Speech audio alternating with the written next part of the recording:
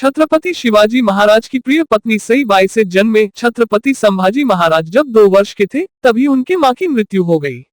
ऐसे में संभाजी महाराज का पालन पोषण उनकी दादी जीजाबाई ने किया था।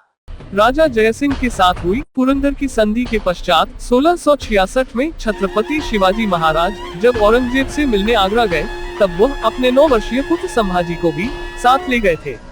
ऐसे में संभाजी बचपन से ही अपने प्रमुख शत्रु औरंगजेब की कूटनीति और क्रूरता से भलीभांति परिचित थे। छत्रपति शिवाजी महाराज जब औरंगजेब को चकमा देकर आगरा के किले से निकलने में सफल हुए तब उनके साथ बाल संभाजी भी थे। छत्रपति शिवाजी महाराज ने अपने बेटे संभाजी को मथुरा में एक मराठी परिवार के यहाँ छोड़कर उनके मरने की अफवाह फैला दी थी ताकि शत्रु उनका पीछा नहीं कर सके। हालांकि कुछ दिनों बाद बालक संभाजी भी सही सलामत महाराष्ट्र पहुंचने में सफल हो गए। संभाजी अपने आक्रामक रवैये के लिए आरंभ से ही जाने जाते थे। यही वजह है कि छत्रपति शिवाजी महाराज ने उन्हें पन्हाला के किले में कैद कर रखा था। यहाँ तक कि छत्रपति शिवाजी महाराज की मौत के समय भी संभाजी पन्हाला के किले में ही कैद थे।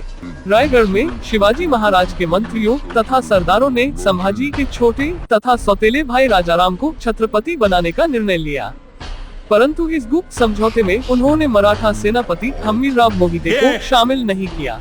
स्वराज के बढ़ते ही वो मिट जाएगा और फिर उसके साथ ही मिट जाएंगे राजा, प्रजा और राजमाता आप खुद। फिर क्या था, संभाजी ने स्वयं को पन्हाला के किले से मुक्त कर लिया तथा हम्मीरराव मोहिते की मदद से रायगढ़ किले को भी अपने अधीन कर लिया। तत्पश्चात जुलाई 1680 में संभाजी छत्रपति के रूप में मराठा सिंहासन पर आरूढ़ हुए। महाराज प्रौढ़ प्रताप पुरंदर क्षत्रिय कुलावतंस सिंहासनाधीश्वर महाराजाधिराज छत्रपति संभाजी महाराज की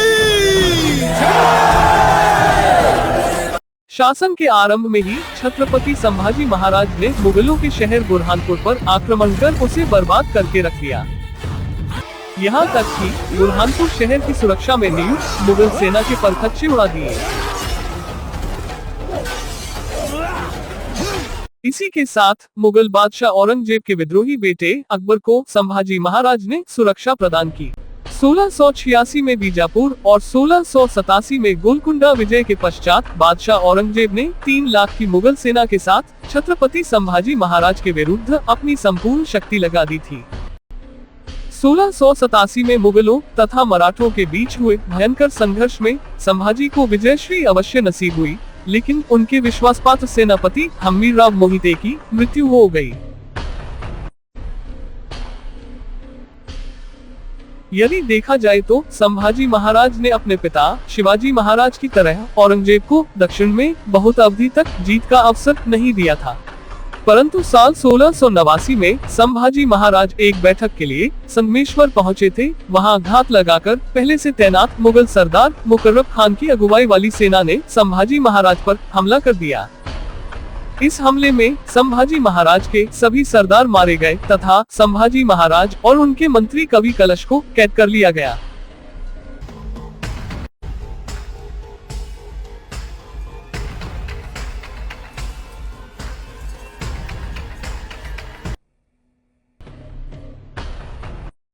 औरंगजेब ने संभाजी महाराज के समक्ष इस्लाम स्वीकार करने का प्रस्ताव दिया, जिसके बदले में इन्हें जीवनदान देने का वादा किया।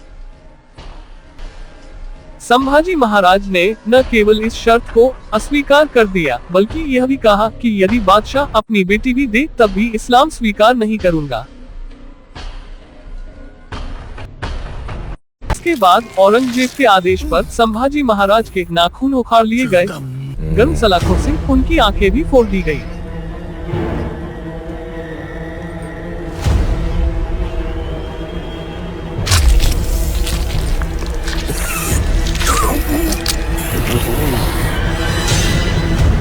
जगदम्ब।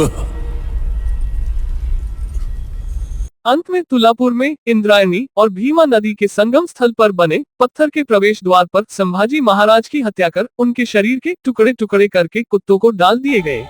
वहीं कुछ लोगों का मानना है कि संभाजी महाराज के शव को तुला नदी में फेंक दिया गया, जबकि कुछ लोगों के मुताबिक संभाजी महाराज के शव को सीकर उसका अंतिम संस्कार किया गया।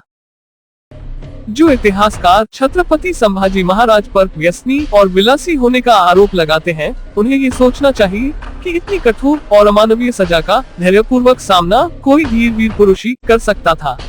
इसके अतिरिक्त छत्रपति संभाजी महाराज की मृत्यु के बाद औरंगजेब का ये कहना कि अल्लाह आपने हमारे जनाने में संभाज जैसा बेटा पैदा क्यों नहीं किया। मुगल बादशाह औरंगजेब का ये वक्तव्य संभाजी महाराज के सशक्त चरित्र को प्रमाणित करता है।